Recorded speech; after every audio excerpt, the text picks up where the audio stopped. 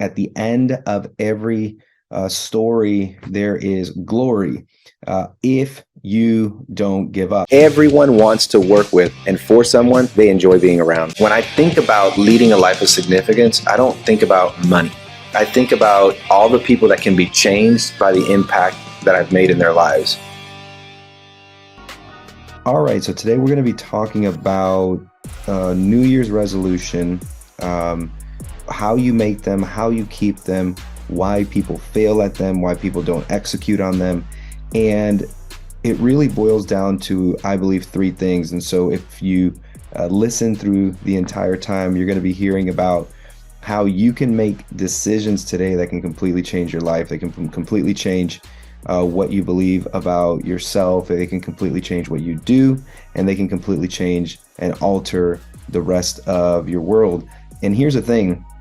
If you're listening to this podcast and it's sometime in March or April or June and it's not New Year's, I want you to know that every day can be the first day of the new year, because every day you can make the decision to change. And that's the beauty of life. As long as we have life, as long as we have opportunity, as long as we have ability, we can change. We can make that decision to change. And it's going to take a lot of work. It's not something that's going to be done easily. It's not something that you can do without putting the time and effort and energy into it. And so it's really important that you understand what are some of the things that you need in order to make a new year truly a new year for you. And if you're like me, you're probably one of those people that has struggled with, weight or weight loss. In fact, the top four New Year's resolutions every single year, three of them deal with health. One is exercising more, the other one's eating well, and the third one is losing weight, and the fourth one is saving more money. And that's what most people focus on.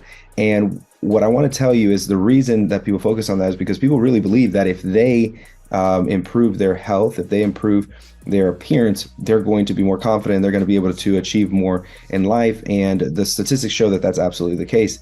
And here's the thing. More than half of our adult population actually makes New Year's resolutions that revolve around really the top four, but some other things. And many of them don't reach those goals. They don't achieve it. They don't become what they want to become. And so I want to discuss and I want to explore why that is. Why is it that we don't reach the goals that we want to reach? Why is it that we don't reach the desired goals that we have for our life? Why is it that we don't reach the things that we want? The things we say that we want, we have such a hard time really executing on. And I'm going to boil it down to really three things. And so welcome to the show. This whole year, we're going to be podcasting and talking about how to get your business, but really yourself, to the next level, how you can create guts within yourself, how you can really experience the glory of success. Because the bottom line is, at the end of every story, there is glory if you don't give up. And that's the biggest thing. You got to make sure that you don't give up. You have to make sure that you don't quit. You have to make sure that you are committed through this entire process. And that's the key to really the evolution of your business, the evolution of self, and the evolution of your life. I want to tell you a story about me. For many years, I do this podcast and I do the show. But for many years, I found myself to be very unsuccessful. I told myself I was unsuccessful. I felt like I was in the economic treadmill of life. And I'm sure there's somebody listening right now who can relate to that. And I truly felt like I was on the economic treadmill of life, that I just couldn't get ahead, that I was, no matter how much I ran, no matter how much I did, no matter how much I worked, no matter how much I committed to, I just couldn't get ahead. I kept feeling like everything I did failed. I had many failed businesses. I'm a serial entrepreneur. I've started probably 10 businesses, and I just continued to fail, whether it was a nutritional supplement business, a new website that I had launched, an auction site. I just launched many different products that just were not successful. And what I realized was that there was something inside of me that was causing it. And this is very hard for people to accept. This is hard for people to believe. But if you're right now at a point where you feel unsuccessful, or you're not as successful as you'd like to be, or you want to hit another level, the reality of the situation is that it may be you. There may be something in you that has to be fixed in order for you to reach the levels of success that you want. And for me, it was I had to change my mindset. I had to change the things that I was believing about myself and believing about my abilities. And that really made a difference for me. And I'm going to talk to you about how you can do that and how you can actually use these tools and these skills to make today a new year, because I want this to be a new year for you. I want this to be a new year so that you can experience the fullness of what I believe you've been created to experience. And for many of you who have not listened to my show in the past, I do talk about my faith. It's something that's a very big part of me. But many years ago, when I was on this journey of success, and as a faith-based person, I started to pray. And you don't have to believe what I believe, but I started to pray, and I started to pray for one thing, and that was for wisdom. I wanted wisdom. I wanted the wisdom of God. I wanted wisdom to instruct me on what it is that I should do, and what is it that I could do, and to reveal that talent to me. And what I realized in that process is the talent that I had was the talent to help businesses grow. And when I started tapping into that talent, when I started tapping into that supernatural talent and power, it gave me the ability to really maximize my value and my ability. And that is what completely changed my life from an economic standpoint. And so being able to change my mindset and believing into something new, which was I am good at business, I am not a failure, I am a success, was a pivotal point in my life that really changed everything. But before I got there, I had to analyze who I was, and I had to analyze why I was believing these things about me. And it was because I wasn't seeing that success. I was feeling overwhelmed and incredibly disappointed because I was not experiencing what I thought that I should have experienced. And what I realized today is that test that I was going through really is what provided the testimony. And if you look at the definition of testimony, testimony is the evidence that you've gone through something. It's the evidence of that something has happened and that something new has now come out of it. And so the testimony today of me having 8 figures in net worth, of me having a multi 8-figure business, of me having a multi 7-figure consulting business and helping hundreds, if not thousands of people around the world, is a testimony of the test that I went through, which was the failures, the hardships, and all of the disappointments that I experienced that I wish I wouldn't have experienced in the moment, but I am so thankful that I experienced now looking back. And so I want to really talk to you if you're struggling right now and you're wondering, how am I going to make 2023 the new year? How am I going to make it the year that completely transforms my life, that completely transforms my business, that completely transforms my family and the legacy of my family? I'm going to tell you the 3 things that you must do to make that happen. If you're struggling with weight, what you can do to get your weight under control. If you're struggling with finances, what you can do to get off the economic treadmill of life. If you're struggling with the relationship, what you can do to improve the relationship. And I think it really comes down to these 3 things.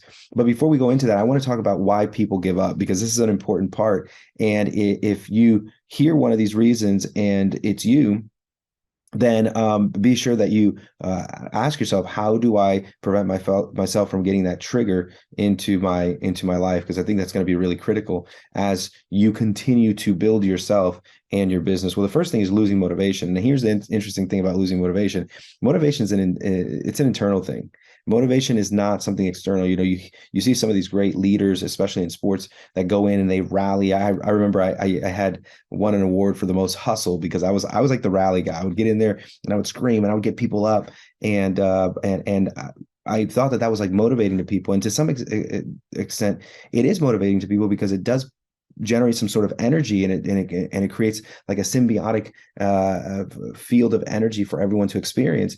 But that is not long-term motivation. Long-term motivation comes from working within your passion. It comes from doing something that is really fulfilling to you. And a lot of times when you set a New Year's resolution to lose weight, to exercise more, to start a business, to improve your finances, there's no passion behind that. There's no true motivation that is intrinsic within yourself. You haven't couched it in a positive way. It's not go to the gym 3 times a week and suffer, which is what most people assume that going to the gym and setting that health goal is. The way that you do that in a positive way, you say, I want to be blessed with the opportunity to go to the gym 3 times a week. I want to be blessed with the opportunity to find my passion, to find the business that's going to help me succeed. That's the way that you have to look at the motivation. It's, how do I create a positive spin on the thing that I may have struggled with in the past? So losing motivation is a big problem. The second one is being being too busy. This is really an issue for a lot of people who don't know how to create efficiency in their life. And it's really important that when you're going to set a new goal, a New Year's resolution, whether again it's January or June, if you're setting a New Year's resolution, you have to make sure that you have an efficient life. You can't set a resolution to work out 5 days a week and then create no efficiencies around your life in order to be able to go to the gym 5 days a week. Because it's not just the time that you're at the gym, it's the time driving to the gym, the stretching, the doing the work, and then the driving back, and then having to shower and get ready for the rest of the things in your day.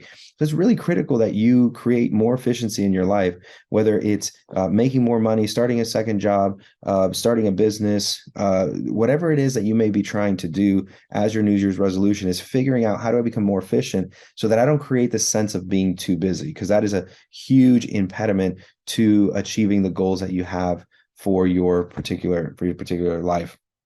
The third one is that there is a shift in priorities. And here's the interesting thing about a shift in priorities.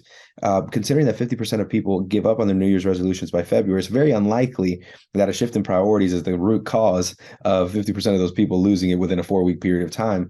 But what I will tell you is that a lot of people shift their priorities when they feel like their goals are no longer achievable. And so we really have to analyze, am I shifting priorities? Do I no longer have the priority of going to the gym 3 times a week? Or is it that I realize that I'm not going to develop the right mindset to go 3 times a week? So therefore, I'm going to shift my priorities and say that's not a priority. And if we live our life that way, we're likely to not achieve the things that we want. And the fourth thing is other reasons, and I put other excuses, because the reality of this situation is that when you don't want to do something, any excuse will do. And so we have to be very careful that we're not using excuses as justifications and motivations for not doing a resolution that we believed in. If you believe it's good to save money at the beginning of the year, it's going to be good to save money at the end of the year as well, regardless of what your situation or what you've gone through. And I understand some people may not be able to maybe save. They may lose their job and not be able to save at the high level that they want to, but you can save and you can still make that a priority. You don't have to give up on that resolution. But a lot of times people are looking for an excuse. And if you look for an excuse, you're going to find one. If you look for a reason not to do something, you're absolutely going to find it. And so Forbes magazine says that 46% of people do successfully achieve their resolutions. And I believe that there's 3 things in common with the person who achieves their resolution and actually gets to the place where their life is better and their life has improved. And so here are the 3 things that you must do in order to achieve your resolutions. The first one is you have to read for change. And I'm a big proponent of reading. I've had 2 periods in my life where I've read 52 books in 52 weeks. It's a monumental task. It's a task that creates or requires a significant amount of discipline for you to read the amount of reading that has to happen in order for you to really change your mindset. But reading for change is the active reading. You know, we talk about active listening. Active reading is when you are reading to actually learn something that's going to affect your life. Now, I've been challenged in the past. People have told me, 52 books in 52 weeks, it makes no sense. Nobody needs to do that. You're not going to learn anything. And what I tell people is that reading 52 books in 52 weeks is not about reading 52 books in 52 weeks. It's about creating the discipline of a person who must read 52 books in 52 weeks. It's no different than going to the gym. When you're trying to focus on your mind, you have to ask yourself, what do I have to do to create the positive mind that I need to do the things that I have to do? And for me, again, this may not be for everyone. Some of you may not be good readers, and some may want to listen to audio teachings and, hopefully listening to the show. But reading 52 books in 52 weeks, what it did for me more than anything is that it created this sense of discipline. That's when I started waking up at 5 o'clock in the morning. And to this day, I still wake up at 5 o'clock in the morning, even on vacation and on weekends, because it created the discipline that I could never imagine. It created this endless supply of information that many people ask me, where do I come up with these things? And I tell them, I honestly don't know. It's just that I read so much, I retain it. And now I have this anecdote, or I have this quote, or I have this saying, or I have this ism that I can immediately quote, not necessarily knowing where it came from, but it's probably an aggregation of a lot of the things that I've learned through this reading. What I did was I went in 2007, 2008. I read 52 books in 52 weeks, and I doubled my income in that time period between all of the things that I was doing, investments, income, and in my work. And I did it again in the at the end of the 2000 teens in 2017. I read 52 books in 52 weeks, and 5 years later, my life has completely changed. To going from a place where I was almost bankrupt to now being a multimillionaire again. And I think that it's because it creates a sense of discipline and it starts changing your mind. And so when you read for change, change is inevitable in your life, but you have to be willing to read for change. The second thing is you have to elevate your circle. You have to elevate your circle. I remember living in the West Georgia area, and there's nothing wrong with the West Georgia area. I loved it, 15 years there. But I don't remember having any friends who wore $500, $600 shoes. I don't remember having friends who had cars that were worth $200,000, $300,000. And again, this is not about materialistic things. But if you want to elevate your life in business and you want to elevate your life and your personal income, you have to have friends that stretch you. I remember thinking that a $60,000 SUV, a $60,000 car was like this massive expenditure. Oh my goodness, I could not believe this $60,000 expense. And then I moved to Atlanta, where there's a more opulent and wealthy population, and I find out that there are people buying $300,000 cars, and it completely blew my mind. And that elevating my circle of friends, being with people who were living at a different level. I remember thinking that paying a couple $100 for an excursion was insane. But when I went to Mexico, went to Cancun, my wife and I, we rented a 60-foot yacht just for me and her, and it was $2,500 for the day. It was experiencing new things because I was elevating myself in my circle. And I think if you want to change where you are today, you have to first read a lot. You have to change your mind. You have to discipline your mind. You have to discipline yourself. And the second thing is you got to get around people who are making money. You got to get around people who are in the gym. If you want to lose weight, get around people who are healthy and who are in shape. If you want to lose weight, partner up with someone who goes to the gym every single day. If you want to make more money, be with people who make money, who are going to support you, who are going to elevate you, or who are going to encourage you. And this is something that I found. People who make money do not put down people who are trying to make money. It is people who do not make money that try to put down people who are trying to make money. And so if you want to earn more income, if you want your business to grow, if you want your business to scale, if you want your business to explode, you have to be willing to elevate the circle around which you engage in and the people you hang around with. And the third thing is you have to take action.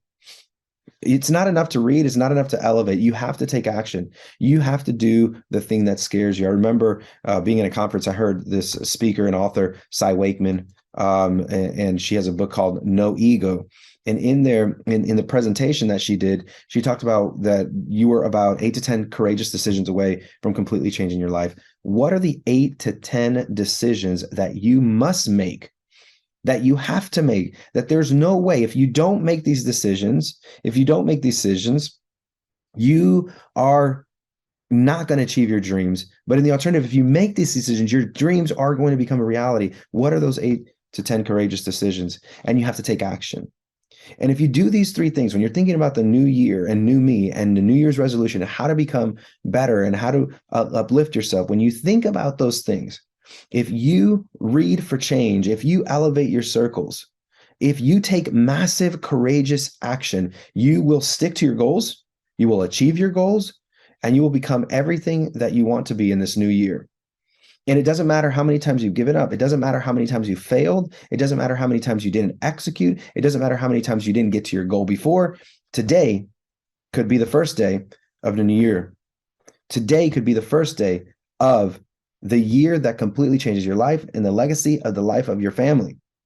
And so I want you to take that into the new year, and I want you to really think about how you can completely alter the life of yourself and your family forever.